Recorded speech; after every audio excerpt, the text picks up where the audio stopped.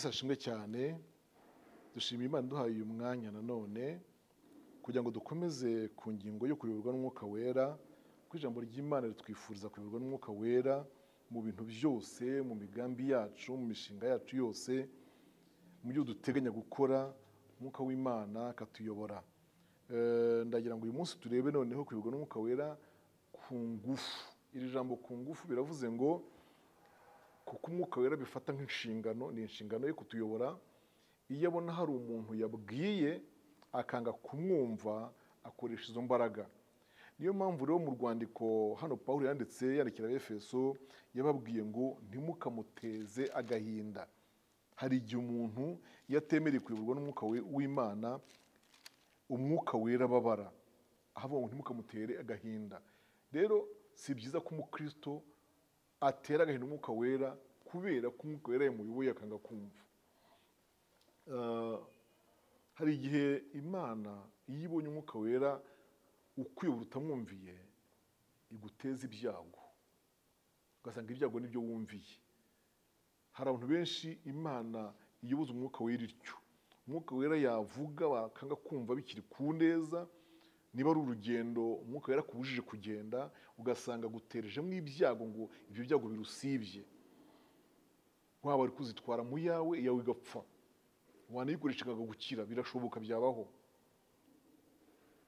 Waba ari ugutega ugasanga ubuze uko ugenda, wabura tike, byose kandi ubikwije ukabona iguteje nk'indwara, naho kumbi hari ibyo kurinze hariya wendaga kujya. Ibyo rwose ndabizi mu badukurikiye, harimo abantu mu byumva cyangwa mu bize, hari abo byabayeho, hari n'abumvise wenda ubwo buhamya ku bantu runaka.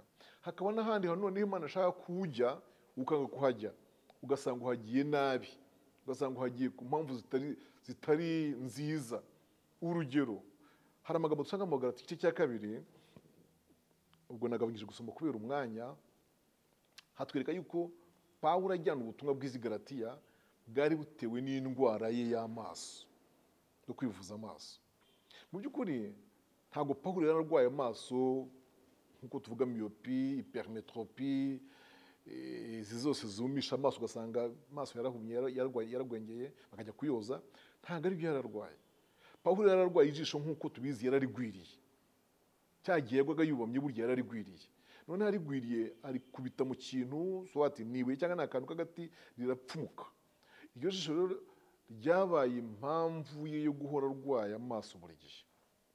Kandi yasengera abarwayi bagakira, none hakaza kwihirana Imana akavuga ati ko nsengera abarwayi bagakira ngiye wankijije. Imana imubwira kenshi ko icyo nicyo atazagikira, ko ngo ari igishako yamusigiye kugira ngo ye kujya yirata ibirenze urugero. Ariko umunsi umwe agigaratiye, nimusoma iki gice muzasanga havuga ngo mwibuke ko bwa mbere nzi wanyu indwara yanjye y'umubiri ariyo yanzanye. Icyo gihe ndibuka yuko iyo bababwira ngo nimwivanemo amaso muyame mwari kuyama, ngo ariko so mumirije umwanzi wanyu no kubabwira ukuri. Bivuga rero ko indwara y'amaso ari yanye Pawulo Galatiya, abi Galatiya bakira ubutumwa bwiza bivuye ku ndwara ye. Nicyo navugaga bene data. Birashoboka yuko iyi Imana imwoherezayo kwenda atari kubyemera uwo munsi, kavuga ati rwose nzaba njyayo. Nkuko namwe muri mwebwe harimo abantu Imana igivugana nabo, yabwira ati gira gutya, tanga iki, kora iki, jya naha. Uti ntabwo ndabona umwanya, ndakitegura, nzagiye ku mpeshyi, imvura itagwa. Ubu utangiye gushyiraho igihe ntibizakunda. Ngaho nimwibuke Filipo abwiriza inkone mu byo kuzi 8:26 kumana kugira 33. Yaramubwiye ngo haguruka werekeze ikusi, nugere ufata inzira imanuka igigaza, nuhagira uhagarare. Aho hantu se yagiye agahagarara, si inkone yamusanze ivuye Yerusalemu. Bikazasoma igitabo cya Yesaya, yahagarara ngo Umwuka aramubwira ngo egera uwo muntu uri mu igare umubaze ati ibyo usoma ibyo urabyumva. Ibaza umuntu mutahoranye, yatangiye gusoma mutari kumwe, urangiye ujye kumwambeta umutesha umutwe ngo ibyo usoma ibyo urabyumva. Ariko byari impamvu z'Imana, Imana ishimwe. Maze ngo aramubwira ati ntabwo nabyumva kuko ntabonye unsobanurira kirezo, umbara ukansobanurira. Ngo yurira igare ngo amusobanurire, inkoni birakomeje iratwaye. Bagera ku mazi, inkone yatsinzwe. Uwo munsi Filipo arayibatiza. Mwibwira yuko ibintu yari gupfa kubyemera iyo atamwuriza igare ku ngufu. Hanyuma mu gusoza mu gitabo cyo Kubara tuhasanga inkuru z'Abaramu. murabizi ko Baramu yari umukozi w'Imana ufite impano z'Imana. None Baraki amutumaho ngo azamuvumira Abisirayeli. Bimwe nababwiye mu kanya, ijambo ry'Imana risaba ngo tuyoborwe n'Umwuka w'Imana tutagize icyo turarikiye. Ararikira rindamo, kandi impano Baraki yari zimusezeranyije. Ndaguha ibi n'ibi, ndaguha ibi n'ibi, ndaguha ibi n'ibi, ndaguha ibi n'ibi, nzakugabira ibi, nzaguha imisozi, nzaguha inka. Agiye kubaza Imana iryo joro, Imana iramwangira. Niko biri tubwira, yamubwira ngo hariya ntuzagiye rwose. Iramuhakanira. Bene mujye musoma neza ijambo ry'Imana. Ku nshuro ya mbere Imana yaramubujije, totalement défini. Iramubuza. Ariko igitangaje ngo bukeye Baraki atuma izindi ntumwa ngo zikomeye mu by'icyubahiro z'abatunzi, ngo kandi ziza zivuga noneho ibindi bintu birenze byaramusezeranyije nk'ejo. Baramu aratinyuka asubira imbere y'Imana gusenga. Uzi ko muri izi nyigisho ukwiye kwibaza ngo ariko aho njyewe ntabwo njya nsubira gusengera ibintu nasengeye, kandi Imana yarabimbujije nkajyanwa n'uko hari ibyo ndarikiye. Wageze imbere y'Imana muti ubusikaje kumbaza iki? Sinari nakubujije. Ariko ntacyo ubwo noneho ubwo washatse kugenda ngaho ugenda cyo uzajya utegereza abari gushyira ijambo mu kanwa kawe. Ariko ntabwo Imana yari imwemereye, ntabwo yari imuhaye uruhushya rwiza, ntabwo yari imuhaye permission par la bienveillance, ibyishimiye. Niyo mpamvu ageze mu nzira ngo yahuye na marayika. Marayika ntiyamubona, ndavuga Baramu ntiyamubona, ahubwo indogobe bari imubona. Indogobe bari imubona, yumva ijwi ryayo, yumva n'ijwi rya marayika. Uwo munsi cyabaye ni iki? Indogobe yararyamye, arayikubita, ayikubise irabyuka. Ibyutse ntiyavansa ngo ijye imbere kuko ubona marayika. Arongera arayikubita, yegera umugunguzi w'umuhanda, icyo twita uruhavu. Ayikubise bwa gatatu iramanuka, imuryamira ikirenge gikuba ku mugunguzi w'umuhanda. Urebye n'inkanga muri cheville, ikirenge igisera hariya ku mugunguzi.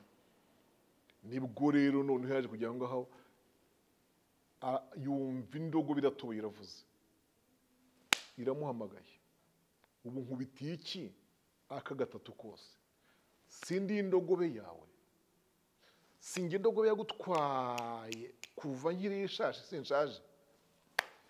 Hari urundi rugero twagiyemo nkagutwara, ubu rwose umuwoye iki? Biravuga ngo noneho amaso ya Baramu ajya yahumuka abona marayika. Marayika aramubwira ati ariko Baramu, urabona inshuro ukubise indogobe uyihora ubusa?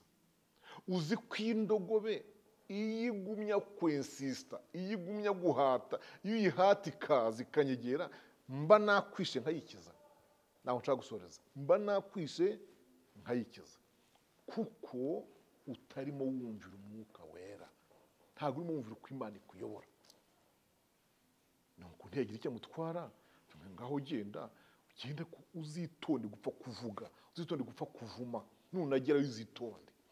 Niyo mpamvu yageze rero akajya ahabwa amagambo ahesha umugisha kandi yaragiye kuvuma. Na Baraki wamutumiye ntibyamushimisha, yego, ariko ntabwo duhamagariwe guhanura ibishimisha ba Baraki. Oya, duhamagariwe guhanura ibishimisha Imana, tugakora ibyo Imana ishatse ko dukora, nubwo abantu batanezerwa. Umwami abafashe bene data, mwumvira Imana. Uyu rero murabona ko hakoze imbaraga. Nk'ubu ngubu icyo kirenge Bibiliya irabivuga rwose ko cyakomeretse. Uvuga ngo iminsi yose yamazeyo yararwaye ikirenge, kandi icyo kirenge si imvune yagize mu rugo, si igisebe kizanye. Mu buzima bwe rero nuko ko yabayeho yibuka ko ikirenge cyakomeretse ari mu rugendo rutayobowe n'Imana.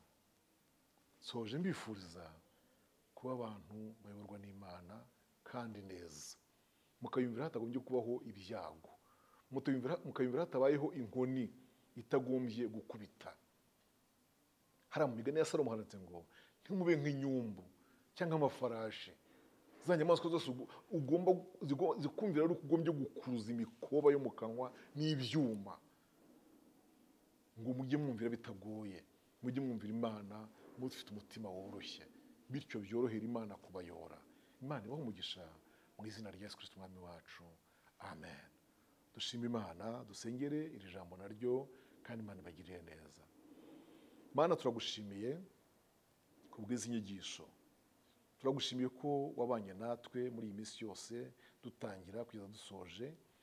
Twifuje kugusaba ngo uduhe kukumvira rwose, hatabayeho ibyago, utagombye kudukubita, utagombye kuduteza ibyago, tukumvire uko tuyoboye kose.